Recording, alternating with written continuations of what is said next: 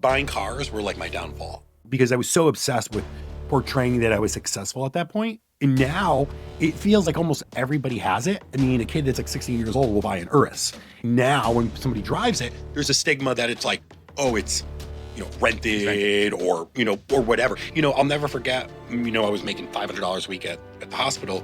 In my first week in the auto industry, I made $1,200 and I said, never going back. And, $1,200, was like $2,500. Imagine. It's a lot of money in the late 90s. Today's guest is Johnny Mack, a true example of disciplined focus and long-term vision. While most people were chasing parties, Johnny was chasing purpose. No drugs, no alcohol, and no distractions. Building real businesses, real systems, and real freedom. Proving success is not luck, but it's choices repeated daily. Look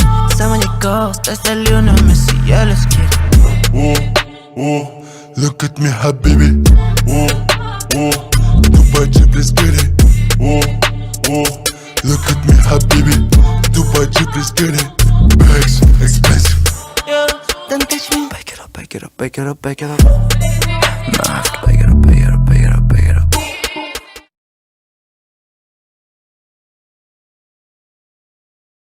Welcome to the episode of the Stroke Success Podcast. It's your favorite host, KB. Today, we have a very special guest in front of us. This individual I came across, and let me just share how I came across. The power of social media. I often tell people you can use social media for wasting your time, or you can connect with some amazing people, and I've done that. Mutual friend of ours, Tomo, once was wishing this individual a happy birthday, and I'm like, okay. And I checked his profile, and he is part of a chain here that I'm a big fan of. We'll get into that in a second. We reached out, we connected. We've been trying to do this for a little bit of time. Last time I got sick, we couldn't do it. But in front of me, we have an entrepreneur. His story is people say rags to riches. He went from riches to rags to riches. Would you say that? Yeah, I've done it a couple times. He's done multiple things, multiple lifetimes of stories this gentleman has. So let's get into it. Johnny Mack, welcome to the show. Thank you so much for having me, and thank you for being so tenacious to work around my schedule. Because you've reached out to me so many times, and even when I've left you on red because I was busy, you would always follow up, so I greatly appreciate it. It's wonderful being here. Johnny, the place is beautiful, by the way. Yes. Shout out to Suleiman Production, my good friend, my mentor, Sanjay and Sarah Suleiman have us here. Johnny, John or Johnny, what do you prefer? You can call me anything you want. So it's kind of really funny because my name is John Mocadlo, which is kind of awkward to say. Yes. So when I was in the auto dealers and I was doing the local radio commercials, one of the local DJs said, let's call you Johnny Mack. It's just got a better flow, and it stuck. Yes. So it's not a name I gave myself. It became a brand. It just became a nickname, and it's what everybody's always called me. So. Yeah, it's like my name is Koran Bukhari. My nickname became KB. My thing is like from childhood. John, I have to give you a few shout outs here. Yeah. For the success you've had, you are super, super humble. So I salute you for that. Me, I consider myself to be like a rookie entrepreneur. I'm 43 years old, got a little late start in life, but I come across a lot of big people here, and most of them are like, not most, maybe half of them would be just super rude, super obnoxious. You, my friend, have been nothing but a gentleman throughout. So thank you for that, number one. You're so welcome. Number one. Number two, thank you for doing this. Your story intrigued me for multiple reasons. I love cars. I love sneakers. And I'm from Northeast. We have a lot in common. Oh, me too. Connecticut. I'm from New York. Oh, no way. I knew that's why we got along. Yeah, exactly. Usually Northerners get along. I was a big Howard Stern fan growing up in Brooklyn. Yeah. I remember he had a big audience in Connecticut back then. Now he's not cool anymore. I think he's done now. Yeah. But so we're gonna get into it, my friend. I like to get into, John, the childhood. Yeah. Right. I study human psychology. I'm a manifestation guy. Tony Robbins, all of them above. And I learned from Tony Robbins that your personality is formed, your mindset, your subconscious mind is formed from 0 to 5. Yeah. So if your parents are talking about how money is not going to grow on trees and we don't have enough money, most likely you'll be raised with a scarcity mindset. Otherwise, if your parents say, hey, no matter what skin color you are, you can do what you want as long as you work hard, then you'll have an abundance mindset. So that's why I like to get into it. Tell me about Johnny. what type of household were you raised in? How many siblings? Were you guys rich? Were you poor? Let's get into it. Oh yeah, this is really cool, and I appreciate that question because a lot of people usually just jump right into, hey, how you started off and got into business. People don't start out with this, but I was firstborn of teen parents. My parents were 18 and 19 years old, and it was my brother. There's one direct sibling. I've several now, but I have one fraternal brother, and he's 18 months younger than me. And we were raised pretty poor, having teenage parents. And my parents' parents or my grandparents were working class people, but we were raised, I wouldn't say poor, but definitely lower middle class. We lived in a multifamily home, which was an old Italian neighborhood. A lot of people, I would say down south, don't understand the neighborhoods, but like you do up north, it was kind of, Italian neighborhood, a Polish neighborhood, Jewish, a German, Jewish Pakistani, community. the Indians. Yeah, and they would reside in these 3-family homes, and it created a little sense of community. And I was born maybe a couple of years right before kind of those multifamily houses turned into a lot of drug infestation. So I wouldn't say I necessarily grew up in the hood, but it went from a very, nice Italian neighborhood to really migrating into a little bit of the inner city area, I would say.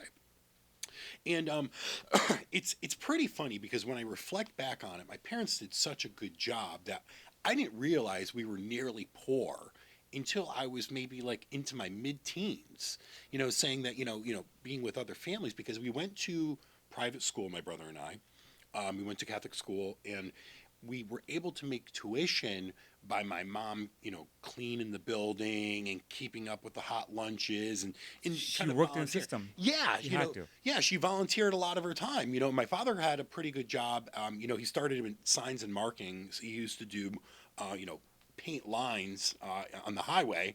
All the way, he eventually worked his butt off and became an engineer, and he retired as an engineer. But he did, almost 30 years with the state of Connecticut. So that's pretty interesting, and it was very nice. I always liked the sense of being. I was kind of spoiled because I was the first. I was the first, nephew, and I was the first grandchild, and so everybody always treated me really good. So I was always the center of attention. So that felt really, really good. And it's very interesting because my brother, who is very good with attention, is a little bit of an introvert because he was the second to come along, and it was like, hey, still outrageously important, but it wasn't like, oh my God, this is a shiny new new thing in the family. So That's awesome. Yeah. I mean, the fact that your parents never let you feel like you were poor. I saw that happen, my friend, in Brooklyn, New York. Like you see different ethnic backgrounds of families. Were your parents first generation or second? they were third. Third. Okay. Third, yes. And Italian background. Italian. It's Italian and Polish. Yeah. Wow. Yeah. So I think like it's interesting, and you see the communities build each other up, and they go through the struggles together. They go from sorrow together, the celebration together, and I miss that part. Like my kids, I have two daughters, 9 and 8, Aida and Iman. They would never see that part of my life growing up in New York. The communities together, and I actually tell them, like I used to say, hey, like I had Italian friends, had African American friends. It was amazing. Everyone knew each other holidays. Like we have Ramadan, Kwanzaa happening, Hanukkah's happening, and like you knew about everyone's holidays. And I feel like in Florida, it's not that well adverse. So with that being said, you were raised in started lower middle class, and worked your way up. A lot of siblings. Okay, what'd you do in high school? Were you like a ladies' man? No. You know what's really funny is in terms of like meeting women, I was an extremely late bloomer. Okay. So in high school, I wrestled. I did pretty well. I would say I was above average athlete. I wasn't a superstar All-American, but I was above average. And I did wrestling. And it's pretty funny because I was in love with this girl, and I took a 2-year class through, it was called Allied Health Fields. Okay. And so what you would do is you would do a 2-year course and you become a nurse's aide. Okay. So I took the class to actually, because I was dating that girl at the time. It was one of my first girlfriends. And I did the 2-year course and became a nurse's aide through high school. Wow. Yeah. So that's what you got. Okay, interesting. How did that go for you? Like, how far did you go with that? Well, so I graduated and I instantly went to go work at the hospital as an orderly and an ER tech. because my grandmother was a respiratory therapist. So she was just retiring as I was going into the workforce, but she got me some good introductions. And I'll never forget, my job as an orderly, I was making $9.08 an hour. This was in 1997. And I felt like I was just absolutely killing it. But, during high school, I did a lot of mall retail. I worked for like Structure and some of the kiosks. So I really loved retail. Retail and selling was more my passion.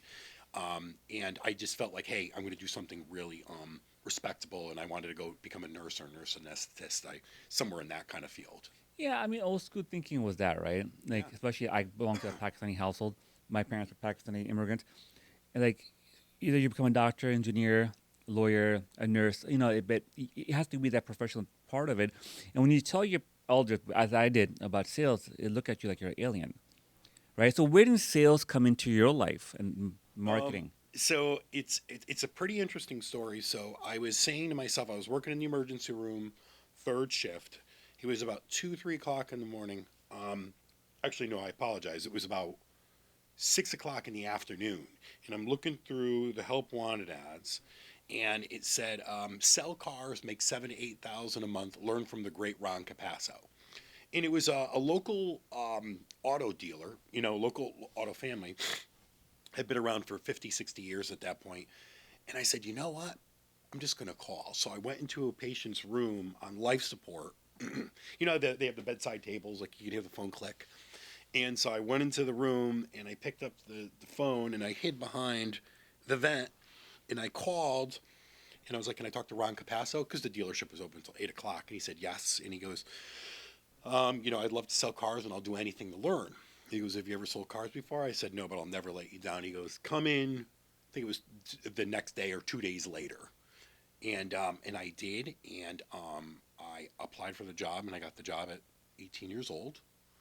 And I'll never forget going home and telling my family, hey, I'm going to sell cars. I'm going to quit the hospital and sell cars. And they looked at me like I was crazy because I always loved cars because one thing that really kind of like changed my life, and I think a lot of these kids get like certain impressions. I think it's either having a really good role model or, even certain people on social media. There was a doctor, his name was Dr. Axtmeyer, and he had a brand new 97 Corvette, which was the C5. And I'll never forget that car. It was just magical. And he pulled up in it. And I said, oh my God, your car's beautiful. And he had this really thick accent. He goes, hey kid, just take it for a ride. So I jumped in the car and drove it around the block. It's an Italian guy, obviously. Yeah, at 18 years old. And I was just like, I got to do something with my life. And that's what really made me make that step to really want to get into sales, to make more, because I knew making $9 an hour at the hospital, I really wasn't going to amount to anything. I could have worked my way up and made a living, but it's not a way to make a living. Wow, a lot to unpack there. So I have these moments, I look back at my life at the catalyst moments, the aha moments, for good and bad, right? And of course, from bad comes good, and sometimes from good comes bad. You're 18, 19 years old, you're a young kid. What year was that? It was 1998. Okay, yeah, so you and I are raised. I'm born in 82, so we're almost the same age. Yeah, okay, so we're almost there. We're almost there, the same age. So 1988, when I was 18, 19, I was so unfocused. I was all over the place, right?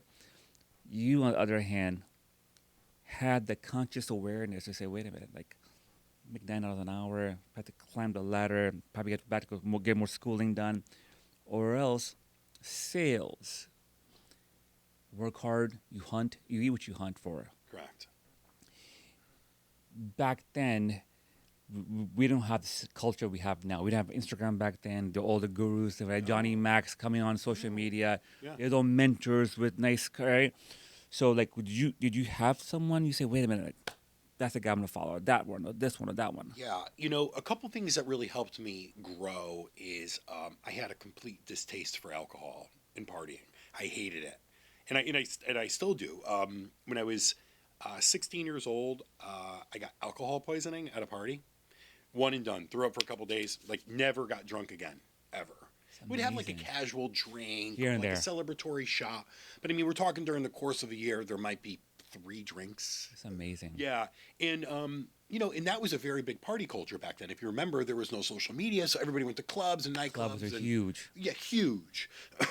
And so that was one thing that really helped. And the second thing was the people that I was mentored by were such strong personalities and so laser focused and maniacal about the things they did. And they were great men. There was a gentleman by the name of Ron Capasso, and he was so relentless on perfection and being relentless in what you did that it really just it kind of gave me the blueprint of kind of how I ran my businesses.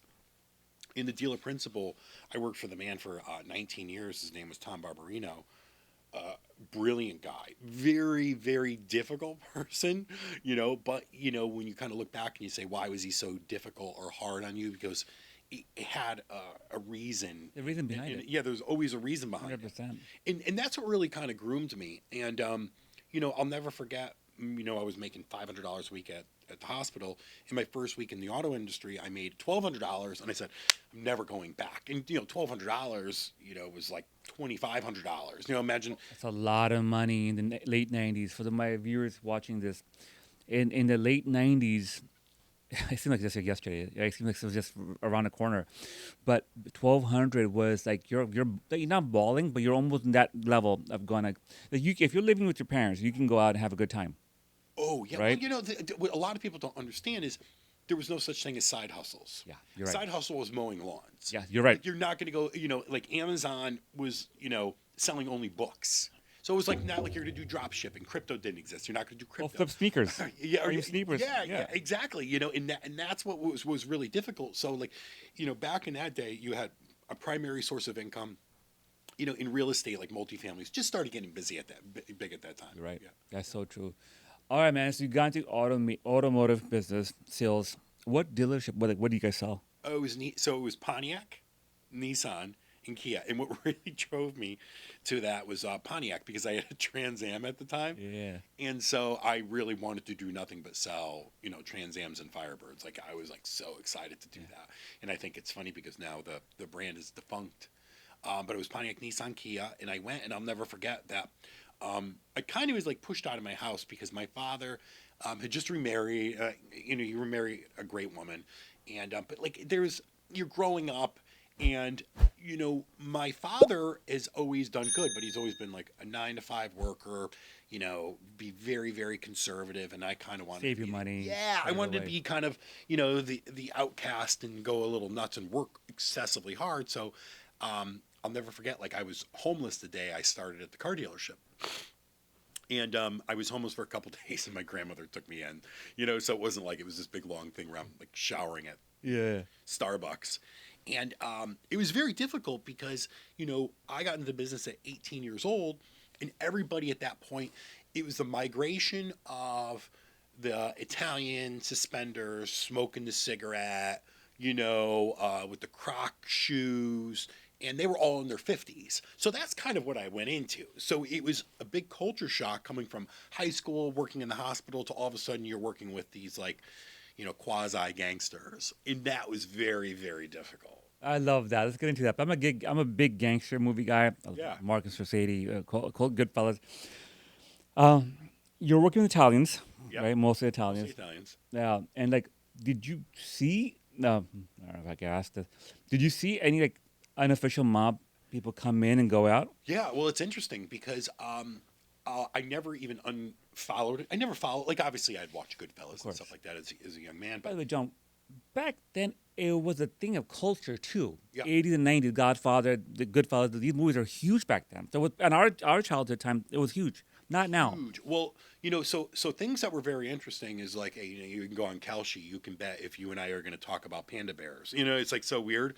But there was a lot of sports betting. Yes. Bookies, like armed bookies showing up, and for a couple of the employees, and then also Doc Bonanno from the Bonanno family actually came in, and I had no idea who he was, and they were like, "Yo, that's Doc Bonanno." And so I think it's really wild, and he would just come in and chat with my mentor Ron Capasso, and just chat because it was just a big sense of community. There was no way to keep in touch, so people used to stop by and have conversation. That was kind of just the thing. A hi, hello. Yeah, hi, yeah. In at the dealerships, it was a big sense of community. There was always people in there and buzzing. And it's funny now because it's backwards nowadays where people don't want to be in the dealerships, where it was a sense of community and everybody was always there before. That's insane. Yeah. This guy walks in. He had a suit on. Yeah, had a suit. Had a suit. Very, very nice dress, nice shoes, and everything. Very nice. Yeah, he was probably in his 80s then, but dressed very well. And that was, I'll never forget, seeing like a Rolex on my first day. And I was like, wow. Because you got to remember, like now you can go on the internet. There was nowhere to go on the internet. No It's internet. like you either saw one or you didn't. It was like, seeing like a white rhino. It's like, They see like a young Johnny Mack, and his eyes go up huge as he this Rolex has had this like the shine to it. Like yeah, 36 millimeter gold, yellow gold presidential I saw, and I was just like, wow, it's so cool. Yeah. insane, man. And I'll never forget, I couldn't wait to get a Movado. I think that everybody like our age Back like, then, Movados yeah, are a thing. Movado was like That's I'm our gonna have a gateway. Rolex. That's our gateway into the nicer watches. If you got a Movado, if you got yourself into doing a sales job, you kind of like, I'm on my way on the road to get a Rolex, Correct. right? Correct. Nowadays, I hate it. Is just these we'll call them entrepreneurs. They just go out and buy a fake Rolex. Yes. And they Yes. just flex like they're there. Yes, I agree with you. Dude, I don't know. Just temporarily off topic is getting to it. No, go Like, for it. dude, 80s, 90s were the best decade, in my opinion. Listen, you know what? It was very interesting because even growing up lower middle class, like I felt like I had it all as a kid. And I was very lucky. I was an extremely talented musician. I just never pursued it because unless you make it big, and when I mean make it big, I'm talking about like playing for a band like let's say Motley Crue or somebody like huge band. With the record label sponsoring you and working with you. And especially being a drummer, like yeah, if you're a front man or a guitar player, good. Story. But I know some very big working musicians that play for big names who make very low money. They just have the prestige of it. And they go, hey, listen, you can come and tour with me, big national act. And you can make 80, 100 grand a year and be prestigious, or I have 50 more people in line. Decide. Take a pick. Yeah, and so it's a very difficult way to make money. So that's why I went into business. So you're a musician. You like Yes. you're drumming. Yep. Dude, I'm looking at your face. You have a very almost an actor face. You could have become an Thank actor. you. Thank you. I would always feel like I was a late bloomer. I always felt like I was extremely unattractive. Really? Yeah, and it's kind of flattering because I'm creeping up on 50, and God bless. yeah, and then everybody's like, you look good. So I said thanks. I think it has to do with the no alcohol, the no alcohol, the no partying. I just it was really also a funny thing when I was 15. I had my appendix out, and they gave me some morphine for the pain, and they found out I was allergic to opiates. So it was also kind of like a double-edged. God had your Yeah, back. so it's like I never was interested in chemicals or trying things because I'm like, well, geez, I really don't want to die. You don't know what you're gonna have. I'll tell you what, man. I've had my back ups and downs in life. I had a lot of friends I lost. I would say, safe to say, one of the things that probably was behind your success was that. Yeah, where I really grew is in my 20s. I really laugh, and I'm not ashamed to say it, but I would just sit home, and I bought a really nice house when I was 26, and I just played World of Warcraft for like 3 years, and I just saved all my money, and I just sat home, and I feel like I missed nothing. And so what happened was when I had a lot of money saved, when the financial crisis hit, and here's the other thing, like people did not buy stocks back then like they buy now. You know what I'm saying? There's just so much trading that goes on, so yeah, I was very lucky that I had a lot of cash put away. I can't believe that. Like, it's hard for me to believe you up in the Northeast. You're not too far from New York City, Jersey. Like, you're right there, Yeah. making amazing money, good-looking kid. I mean, what you did, you playing video games on the weekends, like that was probably the best thing you probably did. Yeah. Because think about it, man. Like, we waste so much money. Well, not nightclubs are done, but I mean, I'm from Brooklyn. I went to Miami. I was living in Miami in the year 2000, where Miami was Miami. He had P. Diddy running around, and all J. Lo and Kid Rock, and back then it was such a cool thing. But John, I should come back Monday to my office as a loan officer, and I'm broke. Yeah, I and never I did wish I had the whereabouts like you did. Like someone say smack me in the head, like don't do that. And I did. My uncle did hit me across the head. But if you're watching this, if you're a young entrepreneur and you're doing really well, anything you're doing, save your money, invest your money. To go and get a nice car, it's great, we'll get into that too. Yeah, it's very interesting is like I can tell everybody, anybody watching, anybody that's young is, yeah, it's buying cars were like my downfall. In my probably I would say my 30s, because I was so obsessed with portraying that I was successful at that point, and so I felt like that was the biggest thing. Is like I think it's hysterical because I mean I've had 3 Ferraris, 3 Lamborghinis, 3 McLarens. I mean like it's pretty wild. And now it feels like almost everybody has it. I mean, a kid that's like 16 years old will buy an Urus. It has almost no value because when I used to drive mine around, it was like, oh, this person made it. And now when somebody drives it, there's a stigma that it's like, oh, it's rented or or whatever. It's like even like almost the same thing with the Rolex. When you had a Rolex on, the fakes were so bad before, that you knew you had a fake one. But if you had a Rolex, like you've kind of arrived. 100%. Yeah, and now that's the thing is, do not spend. Women do not find it impressive that you have a nice car. You're gonna have an average car, and if the women like you, the women like you. And that's another hard thing is everybody's doing so many things to try to impress the other person. Yeah, I agree with you on that. You're a big God guy. You believe in God? Oh my God, absolutely. Christian or Catholic? Catholic. Okay. Catholic. I I was an altar boy, and I went to Catholic school, which was great. December 15th, 2015, I was baptized as a Christian, and where I greatly believe in God, and I believe that He's really guided me a lot of different ways. I just sometimes don't believe in the churches on kind of how they instill the stigma of tithing and giving and giving. It's just like, okay, why can't we have more lessons about God and Jesus as opposed to just have it being such a 60% of the sermon being about giving and making sure that these churches really grow. So it's like, do I believe in it? Am I spiritual? Yes, but I haven't really followed or practiced as much as I should. You familiar with the manifestation philosophy? Is big now? Are you into that? Oh yeah. So obviously, I started following The Secret back in like '09. Okay. When it kind of just really Amen. first start coming out, and a lot of what a lot of my success I contribute to the visualization. And I think that entrepreneurs at a certain point do hit a point of writer's block where they can't see it, and they have so much going on that it stalls them. So you were talking about The Secret. So talk to me about that. How the whole manifestation thing came in your life, and how do you use it? Well, I think that what it does is certain things turn on in your brain, so you follow a schedule. What's interesting is almost imagine it like, okay, hey, listen, I want to get ready for beach day or beach season. So what do? You naturally watch what you eat, and you're waking up earlier, and you're doing your cardio, and you're following your protocols. When you do those protocols, there's so many incremental steps that get you to your goal. And if you stray off your goal, you don't. But when you manifest something, you essentially are making a goal in your brain. You're not giving like a definitive, time on it, saying, hey, listen, I have to be in shape by June.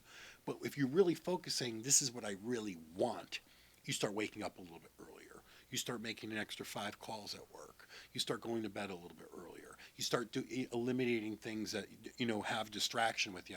And before you know it, you get closer and closer and closer. And what I tell a lot of entrepreneurs is, if you're looking at a dartboard, what do? You aim for the bullseye. But, if there's no dartboard and you have nothing to aim for, and you got to remember, when you're going to throw that dart, you're not going to hit the bullseye. You're going to hit right around it, but you're going to hit close. You might hit the outer ring, but you're going to get as close as possible. So your goal might be a $10 million house, and you might end up with something with 4. Like for example, and so that's what manifesting does, is it puts you on a schedule of the series of events to get to that possible outcome that you want to get to. So do you use a lot of the techniques in your own life? Absolutely. You still do? Absolutely. And you want to know, like, I'm so good with it now, if I really want to hone and focus it, it's just like the light bulb goes on and I'm like a man possessed. That's amazing. Yeah, that's one of my gifts. Do you think obsession is needed for entrepreneurs to succeed? 100%.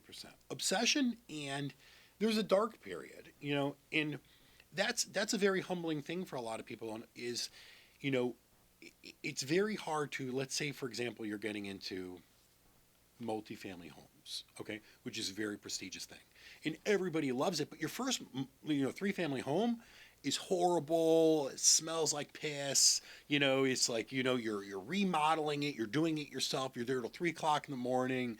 You're getting a phone call that the pipe. It's not glamorous.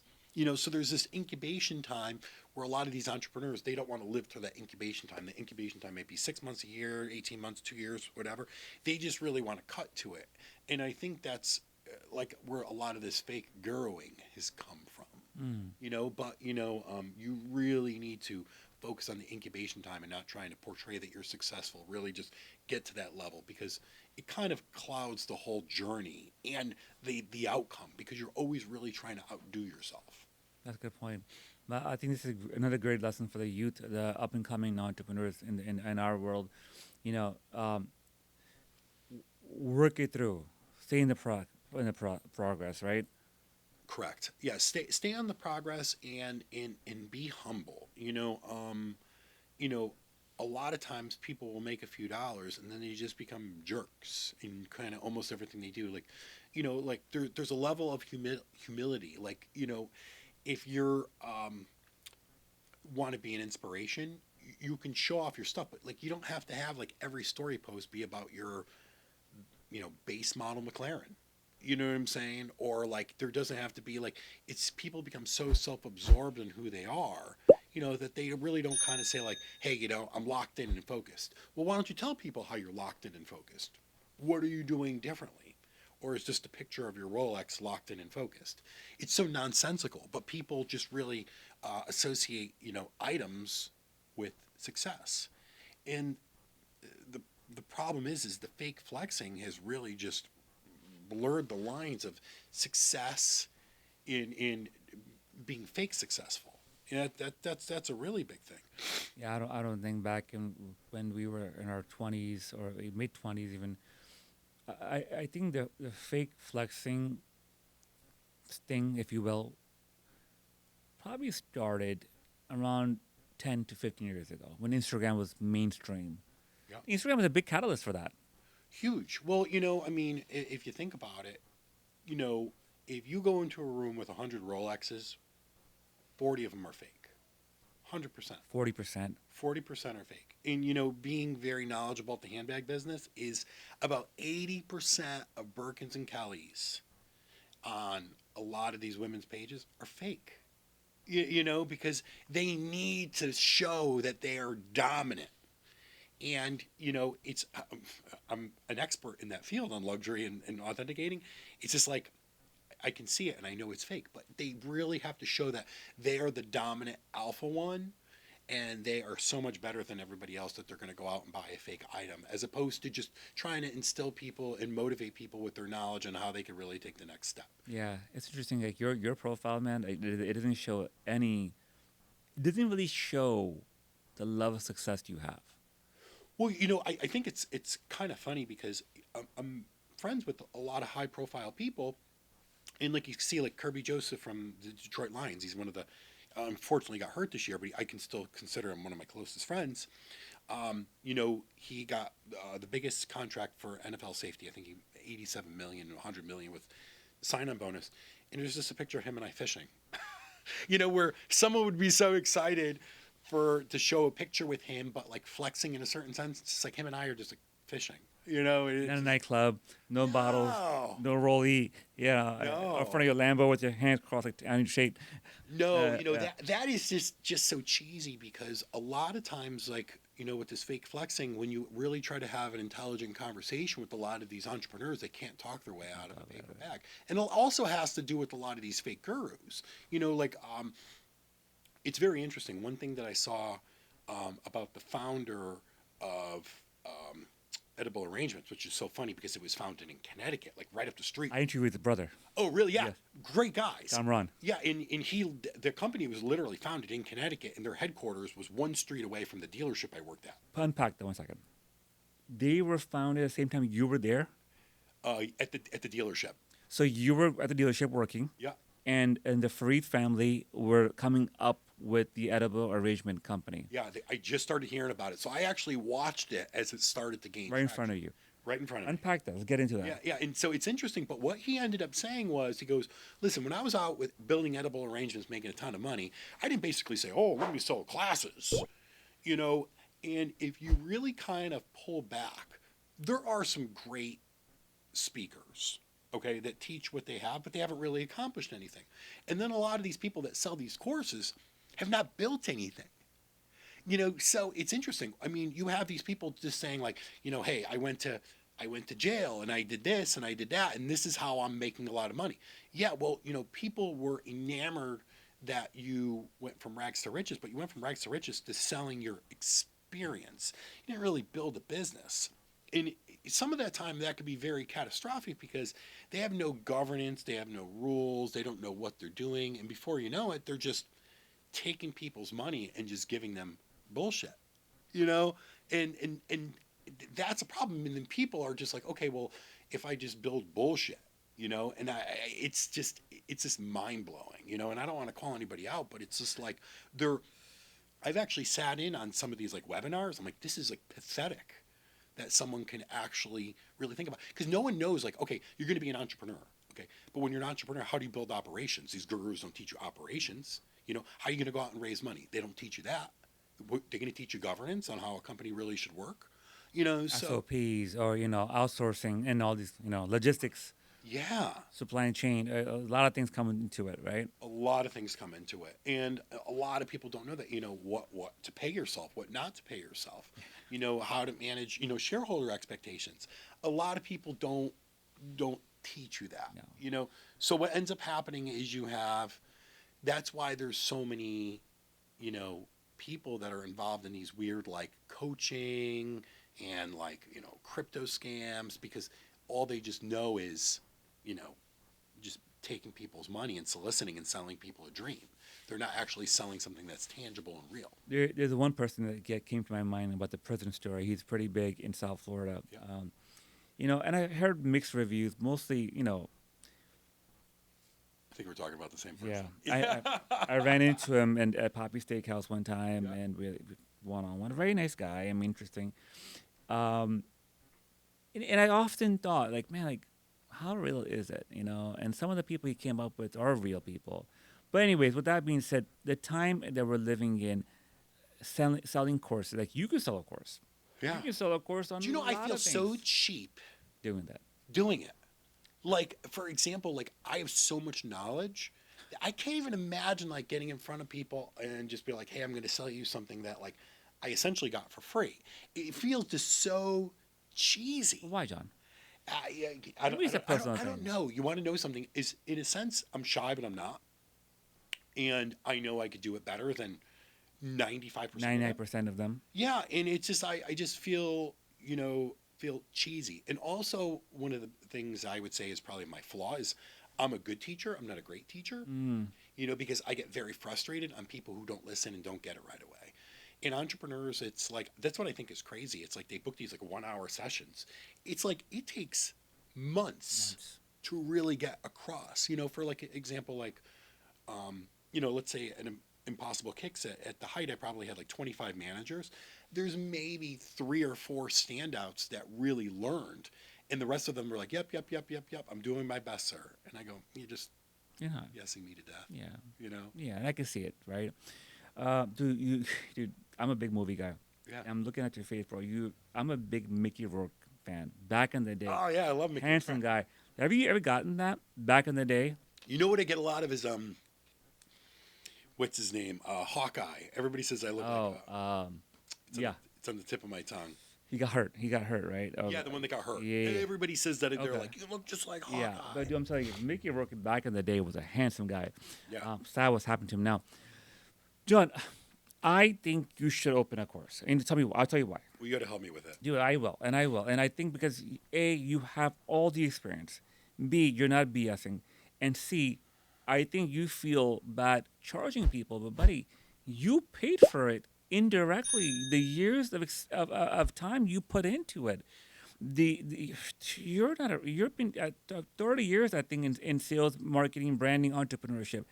That's a lot of time and effort. So I think I would buy into it because I would really appreciate learning from someone who saw everything. So, anyways, we'll circle back to that. Yeah.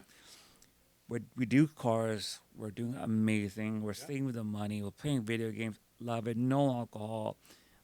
No drugs. Did you date a lot? It's very interesting. So, I did not really start dating until like my early 30s. And, and that was kind of like very exciting for me because I always like, I think just women are absolutely beautiful. And, I started dating in my early 30s, and then I had some success to go along with it. I had a nice house and I had a nice car. And, where it really kind of hit me was, I'm not going to say her name, but there was somebody that I went out on a few dates with that, dates a big celebrity. And She was or she is still in that world? yeah. And so I just was like, wow, maybe I am attractive. Okay. And I just, that was kind of my thing. And my ex-wife, she was a former Miss America, and so that was kind of like my like really my thing is just like I would like to have the company of a beautiful woman.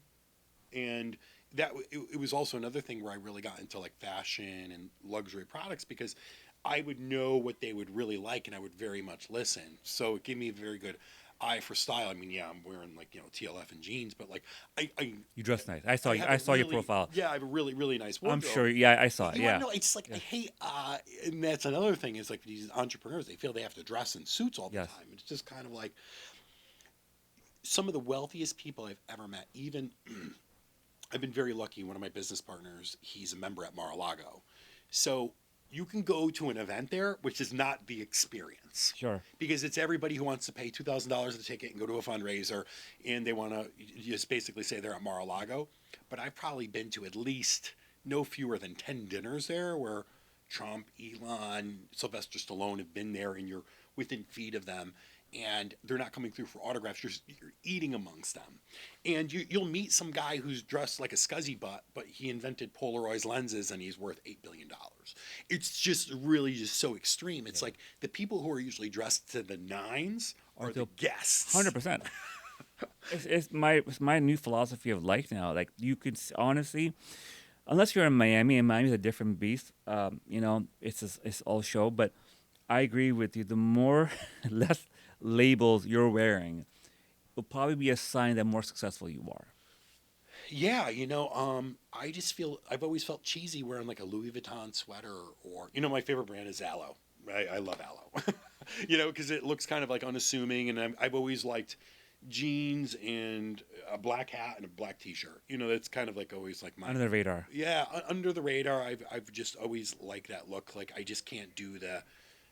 I don't know personally how these guys like afford some of these wardrobes because this is like Hugo Boss pullover and a Hugo Boss button up and then with these certain pants and then like sneakers, 900 pairs of shoes. I'm like, holy Christmas, this is just it's a lot to think about. Yeah, that's true. John, kids? One. Okay, how old? One. He's gonna be 10 in April. Wow. Yep. Where does he live here? In Texas with his mom. Okay. Yep. Right. So are you currently married or? No, divorced. Okay. I met somebody really, really nice, and just going through the motions.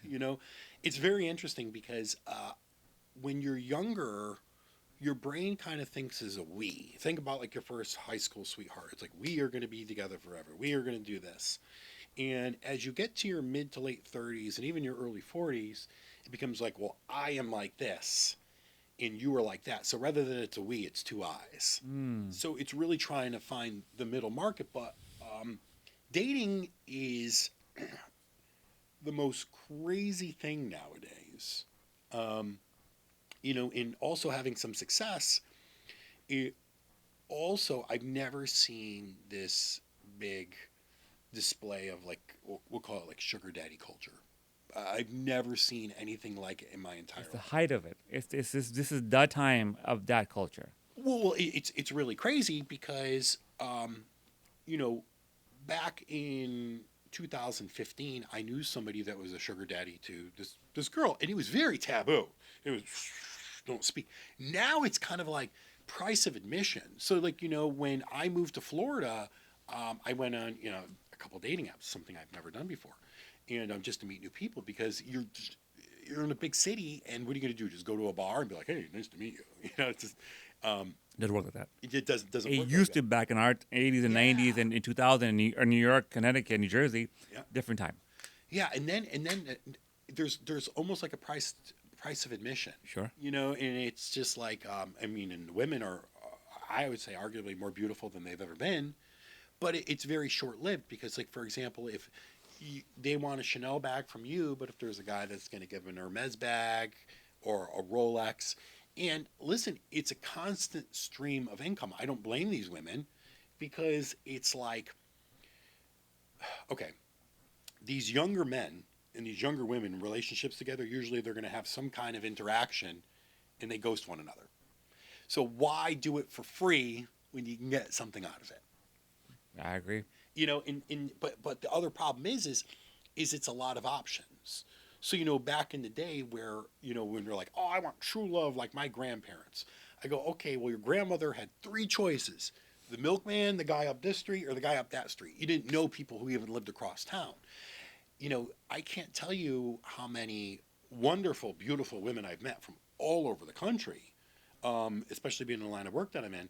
And, it's so easily accessible. A plane ticket's $300 to $500.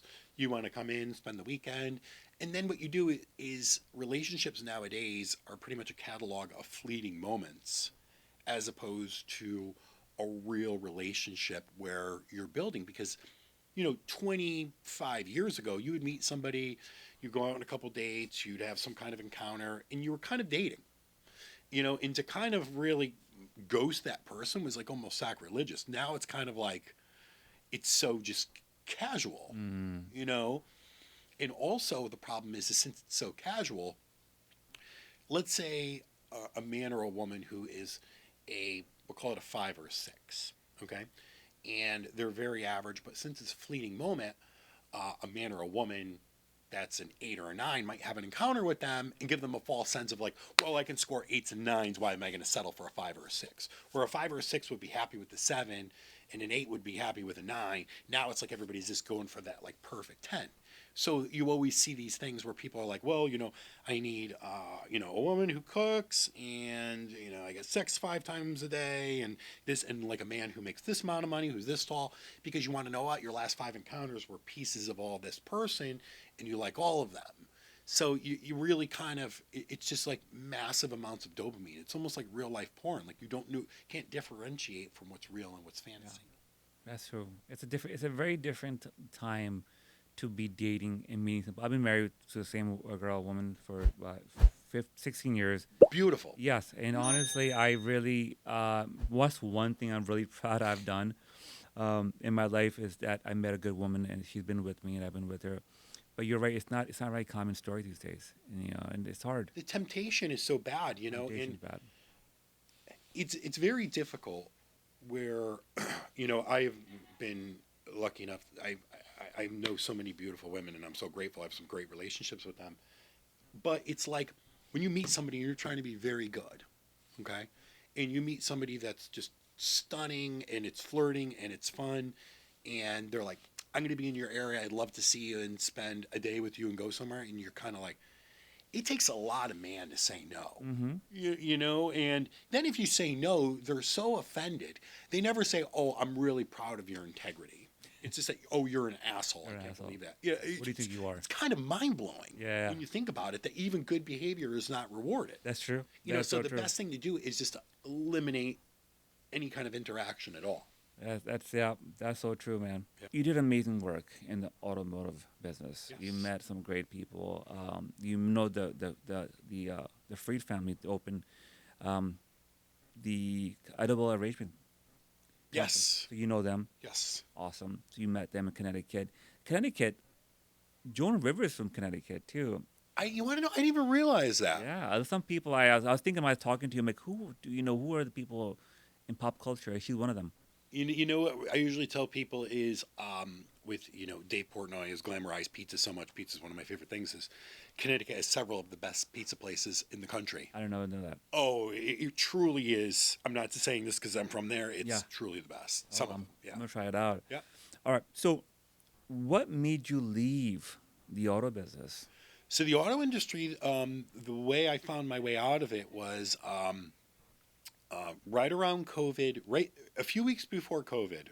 There was a group of people that I ended up getting involved in a deal with to sell the dealerships. And I was like, okay, I'm going to have a little exit. This is going to be good. And about 3 weeks after we went to contract, COVID happened. And it just made a mess out of everything because no one knew what was going to happen. You figure, okay, you have a business that's doing X amount of revenue. This is before like all the PPP money. And so it was going to be an exit. And it got to the point where it wasn't that great of a deal for me. It was going to be a great deal, but through all the court and all the waiting, because we couldn't go to court, attorneys couldn't do anything. You were just kind of like standstill. So naturally the business degrades because people still need to be paid. And sure enough, I kind of spent 2020 just, for the first time ever in my life, I was 40 years old saying, oh, geez, what do I want to do? I only had essentially one job my whole life. So I started I went from wearing a suit every day to dressing casual and wearing Jordans and sneakers and kind of following the trends. And my brother, who was always a really talented sneaker reseller, he would have rooms full of these sneakers. So he was just like, let's open up a sneaker store. And I go, that's stupid. And I said, all right. I said, if you want to open it up, I said, I'll help you get everything set up. I said, I'll run it. But I said, I don't know where this is really going to go. And what we did at that point where sneakers were so popular. So when we look back at Jordan brand and Adidas is Jordans were always mass market, but they were pretty much, I grew up in inner city urban area, very much an urban concept sneaker. Okay. And Kanye started to break through with the Yeezy, where you saw Kim Kardashian wearing it at the time and celebrities started wearing it. And also it was like one of those first sneakers that really got to like $1,000 a pair. Everywhere you turned, everybody was wearing these sneakers, but they were $1,000 a pair. And I never really understood, but I started to realize the trend in fashion because everybody would really judge you on what you were wearing for sneakers. And then in COVID, Charlie D'Amelio started dancing on TikTok when TikTok got popular in her Jordans, and it really kind of created this mass market effect where it went from just like an urban culture shoe to now, you have, we'll call it the Windermere families all of a sudden wanting Jordans. And then what happens, so now you bring in, the white 16 to 35-year-old women. Now you have the white 16 to 35-year-old men going, well, geez, I want to be a part of it now. And so before you know it, it's like mass hysteria. So where something was always very prominent and everybody always followed it in the urban culture, now it became mass market. And it was the perfect storm because COVID had happened, they had cut production numbers, and there was money. So everybody couldn't get enough of it. It was like a drug. So when we opened that first store, there was a 3-hour wait to get in. I could not even believe it.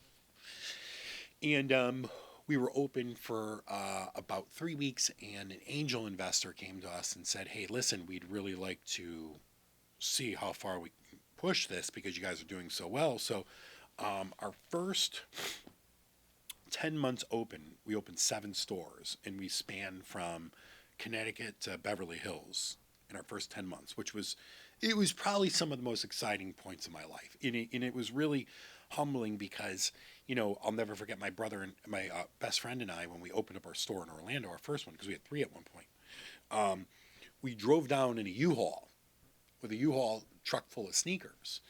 And it was also the perfect storm because the landlords, the mall developers, they didn't, they had a lot of space available, and it was kind of like malls were going to kind of fail or do good. And they were giving spaces away, not for free, but for a reasonable price where you could make money with it. That started to slow down was, it started to not be cool in pop culture. Like, for example, Kanye had to open his big mouth and say, oh, all these things about certain classes of people, which turned off a lot of people, killed 30% of the sneaker resale segment over. And then, even though Travis Scott is a great artist, when kids start dying at the concerts, Not a good look. it's not a good look, Not a good look. and so a lot of people canceled that as well. So where it went from this big mass market, and you saw your revenue going up, your rents went up, and the revenue went down. Rent stayed up. Yeah, and that was another thing is where malls. I mean, for example, like, we were a mall at Millennia. I mean, it's a primo place. It draws primo numbers. I mean, you can go be in some little podunk mall in a real urban area and get a space for $10,000 a month. But, if you want a primo space, you're going to pay $30,000, $40,000, $50,000, $60,000 a month for a 2,500 square foot retail space. Wow. Yeah.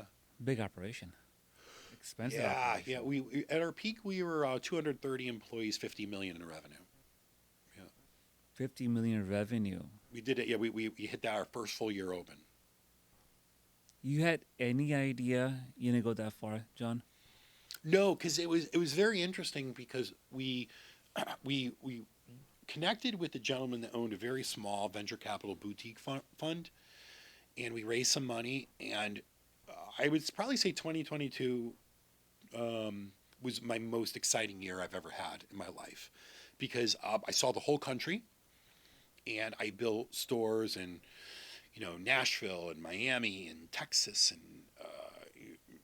in Vegas. We were just all over the place. It was Hawaii. It was wonderful.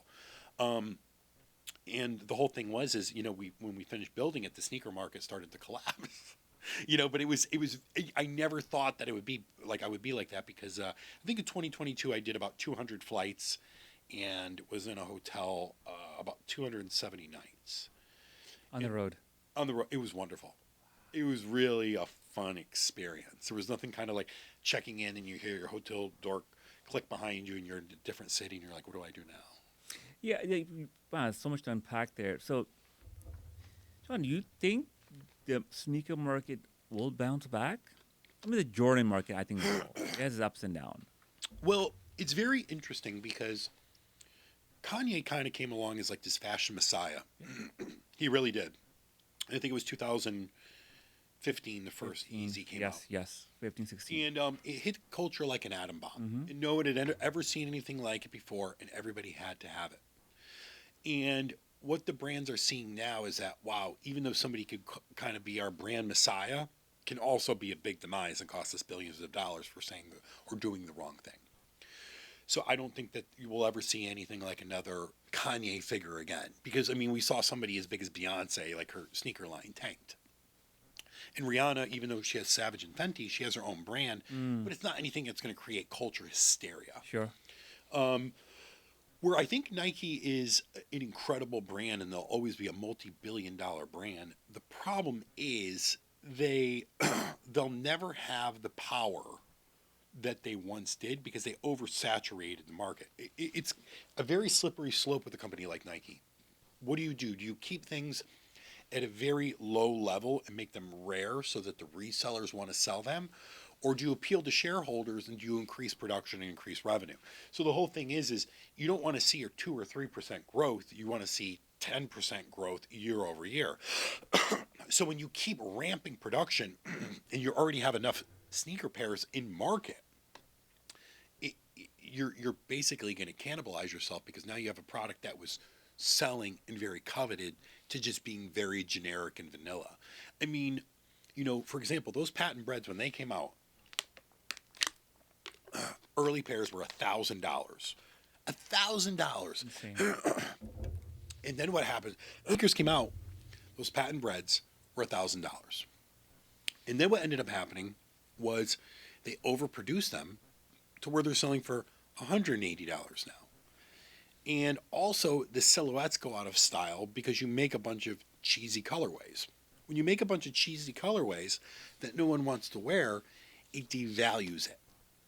And, let's say, for example, that run right there, they had, I'm making up a number, 400,000 pairs, which made it semi-rare.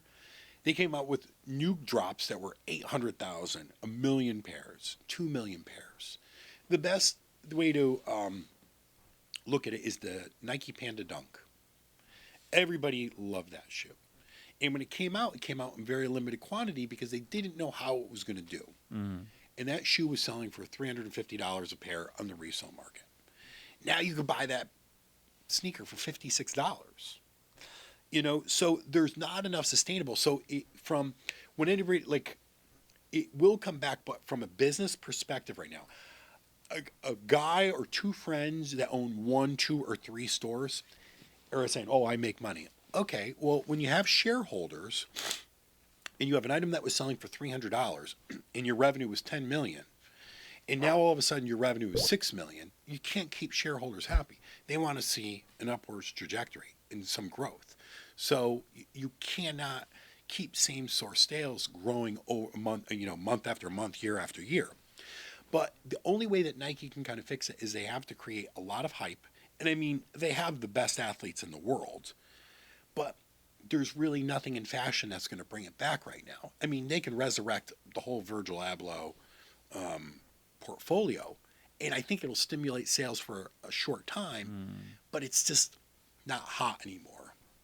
It's like, let's look at Under Armour. I mean, Under Armour has kind of gone into like a Marshall's brand when it was the front runner to, obviously like, athleisure, which was, it was really competing with Nike. Now it's just kind of an afterthought. Who thinks of Under Armour anymore? Yeah. I don't know. I think it's interesting how brands go into different levels, different stages, different phases, right?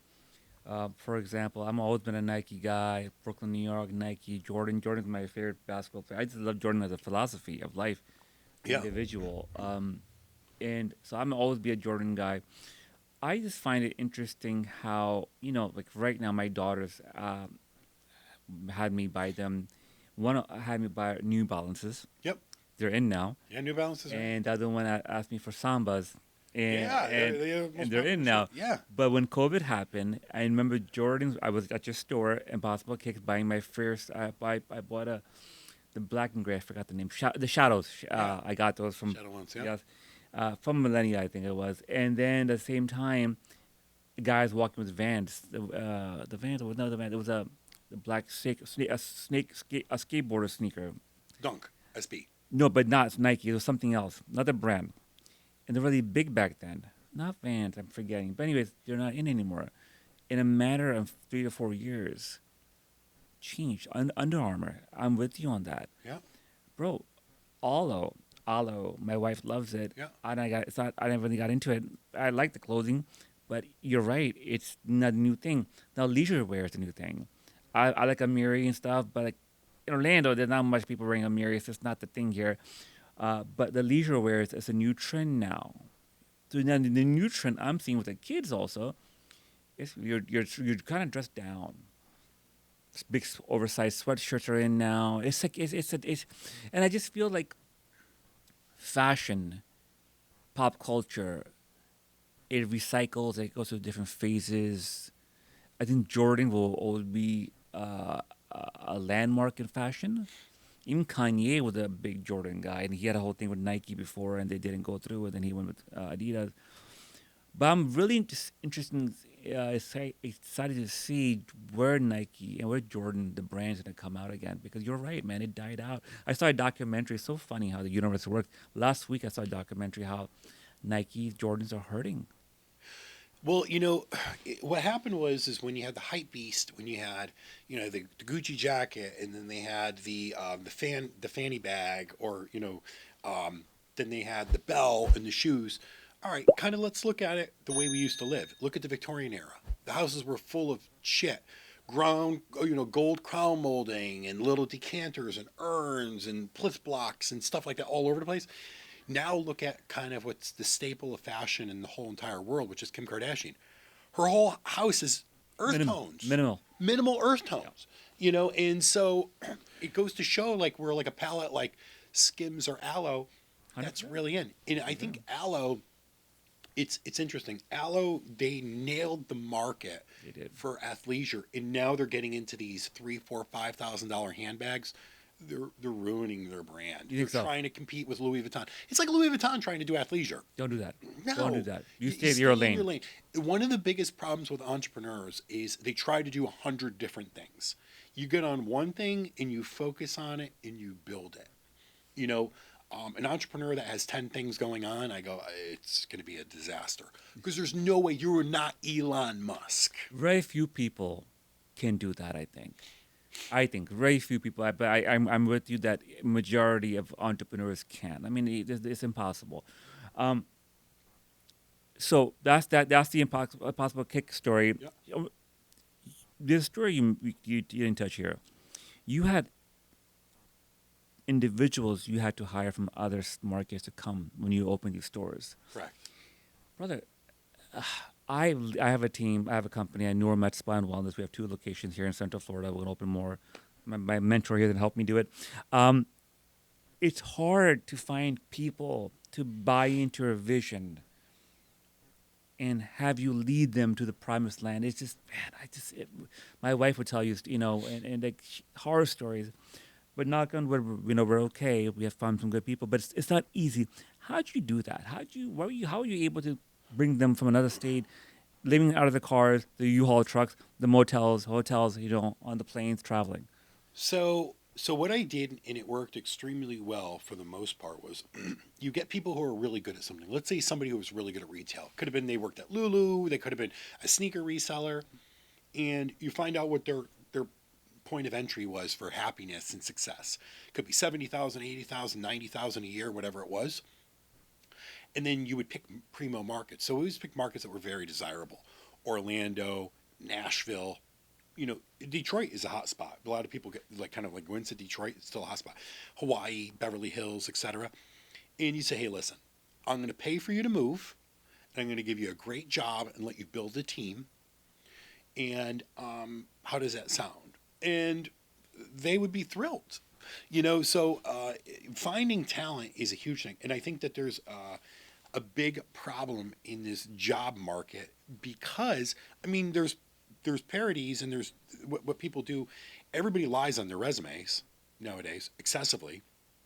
The people who are extremely talented, they get overlooked by AI, and you just stuff your because there's so much wonderful talent out there. You stuff your company full of people who have just lied their way through the job interview and the resume, and you just think because of credential-wise that they're just going to be this great fit for your company. It's not true. It's not true. Some of the best people that I ever hired, we're talking 6, nearly 7-figure earners that worked for me in the auto industry even, were like street educated people, and it really takes a lot of time to hire the right people. And when you do scale, you do have something that's lost in translation because you're moving at such speed, and people will never move at your speed. You got to move at their speed. And that's very hard and sobering because everybody loves growth. No one ever talks about stability. You're almost frowned upon. Like, for example, if you're going to build 10 med spas and you did it in 2 years, they would call you a wizard. But if you did it over a period of 6 years, they'd be like, oh, it's not too impressive. But you have a stable business. People love to see the growth story. I think that's why people romanticize about saying things are on steroids, because it makes you grow fast and it happens fast. It's why we have a culture that's addicted to GLPs because, everybody wants to see things fast and immediate. No one cares about the journey and the process. They want to see it now. That's a new generation, buddy. Our generation, we didn't have things on demand. Yeah. We would like the song. You and I like the song. We have to wait as we're driving the car to it to come up on the radio station. Correct. Now we have Spotify and iHeartRadio and Apple Music, and you demand it, right? Movies, bro. I'm a movie guy. I love movies. Commercials will come on. TV shows be on. And now any movie you want, it's on your fingertip. And I think I agree with you. And I think the same way we are now treating entrepreneurship and job and growth the same way. We want it now. But the journey, based on what you have taught here in my audience, that the journey, the process, you have to go through it, and you have to appreciate it. Yeah, and a lot of people don't. I think that, for example, now with GLPs is, and I've tried all of them. They're fantastic drugs. the biggest thing is people will bounce on and off of them. You know what I'm saying? Like rather than, have good habits and a good diet and train. And I mean, when I'm talking like, you don't have to eat boiled chicken. No. But it's just like, not eat fast food, not eat a bag of Chick-fil-A. Takis. You know what I'm saying? Like, not eat, drink 6 Mountain Dews a day. Yeah. Like, you supplement it with diet soda. You can go down a rabbit hole of a lot of things. Go to the gym. Modified. Go to the gym. Could be 2 days a week. Yeah. Could be 3 days a week. You don't Yeah. have to go 6 days a week like an absolute maniac. Right. You could walk 20 minutes a day and just kind of get your steps in. It's still enough exercise. And then you take a GLP. But a lot of people are like, hey, I'm going to take a GLP and still eat like a fat shit and expect to lose weight, and you still do. Yeah. Because that's what the drug does. Sure. And the problem is people will be on it. They'll lose a bunch of weight. They'll feel good about themselves. They'll go off of it. They'll go back to their bad habits. They get fat, and they Yo-yo. go on and off and on and off. Yo-yo. And that's kind of like the cycle of what everybody does in life nowadays. I agree with you, and I think like I had the opportunity to interview John Madsen, Superhuman, a company online platform, and he and I were talking about the same thing. Like, and he had the platform for like he goes after mostly entrepreneurs above $150,000 or more, or entrepreneurs, if you will. Online platform. He'll connect you with a trainer, virtual trainer. I'll send you to get your injection, all that stuff, in local clinic near you, and then train you. But he talks about how until you fix the mind, I'm a big John, for me, mindset, man, like It's huge. I have ups and downs on my story. We'll have dinner one day. I'll share my story with you. Like, I go back and I see the patterns in my life, and the success I've had, if you will, and the recent success, it's because of the mindset. I do breath work every morning. I do visualization. I do meditation. I do prayer. I do journaling. I read books. I cut back TV and podcasts. I connect with entrepreneurs like yourself, and I observe like a sponge. And until these things happen, my brain, business goes ups and downs. You saw that. Yeah. But if the mindset's not strong, no matter how much weight you can lose from GLP, no matter how much money you can make overnight doing crypto or selling sneakers or whatever the next thing is going to be, but if your mindset is not there, you're going to lose it. Well, I think it's really funny that people need to be cheered on by the general public in a positive or negative manner just in order to get something done. Like, I mean, for example, like there's this one kid, I think he's like 300 pounds. He's like, I want to lose 100 pounds this year, so I'm not going to eat for a week. I'm not going to do this. I'm not going to do that. And I lied to this girl in the way I look. And so it's just like you need that public validation to just be healthy. I just think it's insanely weird. Or, just a lot of men and women, they work out for years at a time and they don't look any different. They're in average shape and they just basically just talk about their fitness journey, but then they go out and they drink, smoke, and do drugs and, and eat horrible. It's just kind of like you just want the attention, so you really got to change the mind and really want to improve in order to really improve. There's really no magic pill. Everything is like an accessory. Like, for example, like some of my, best friends are some of the best bodybuilder athletes in the world, men and women. And everybody just thinks like, oh, well, if I took steroids, I could do that. No, it's mindset. It's discipline. It's following everything and sacrificing your life to make every little change to make sure you look your absolute best.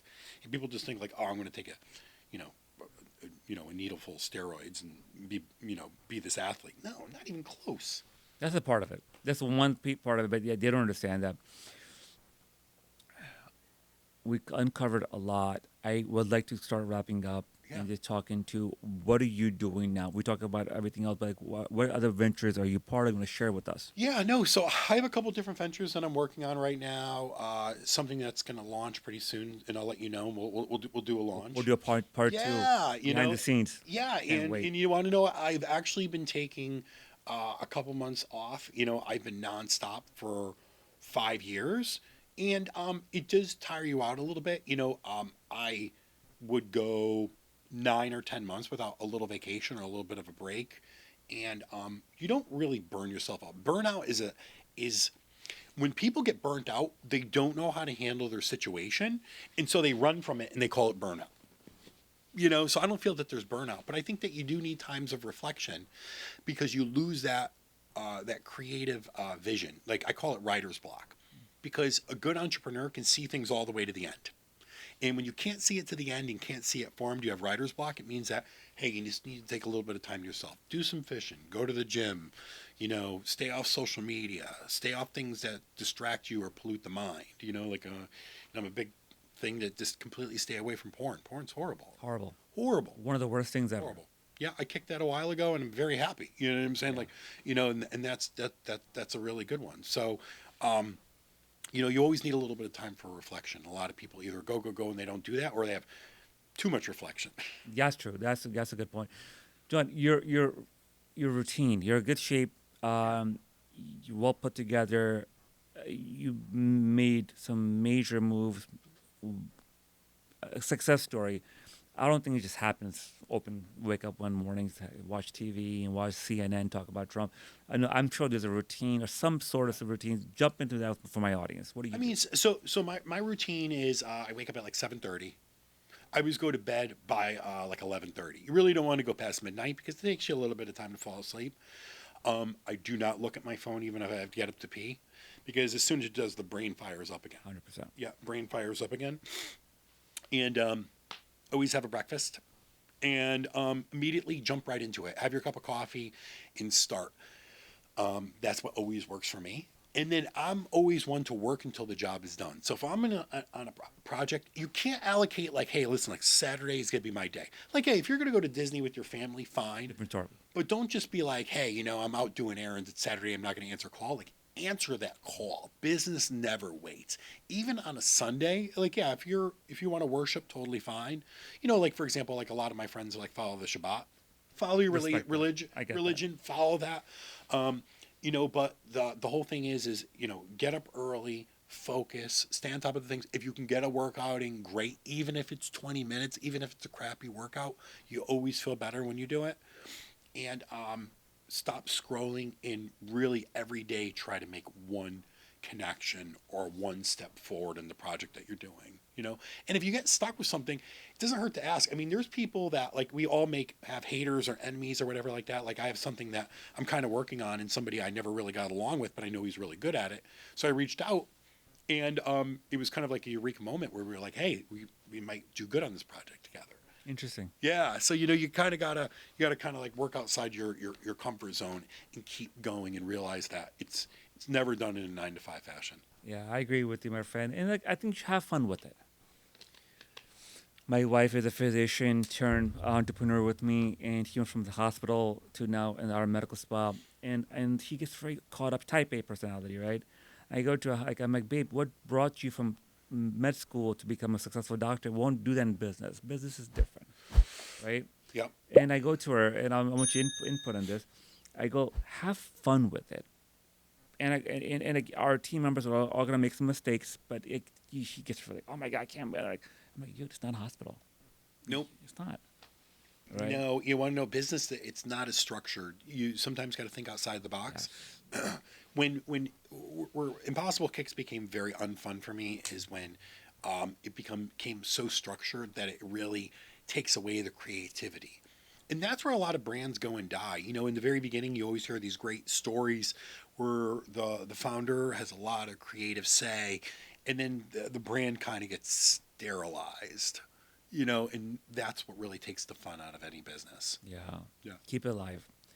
Man, John, it's been a pleasure. This has been in the works for a long time. I'm so happy we've got to do it. 4 or 5 months. 4 or 5 months, my friend. Probably more. And first time was my fault. I got the whole story, but we'll get into it.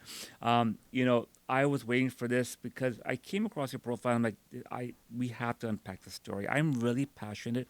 And I'll share with you off camera. I had a stroke years ago, almost died. And that stroke was my comeback to life and entrepreneurship. And I looked up like Patrick Bet-David at that time. A lot of these people that, share their stories. And I'm like, you know what?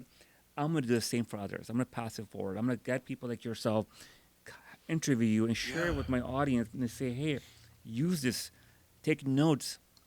You don't have to go to school anymore to succeed. You should if you want, but follow people like yourself. So, John, thank you for coming on. Where can we find you, John? And Instagram at The Real Johnny Mack. And I'm on LinkedIn as well.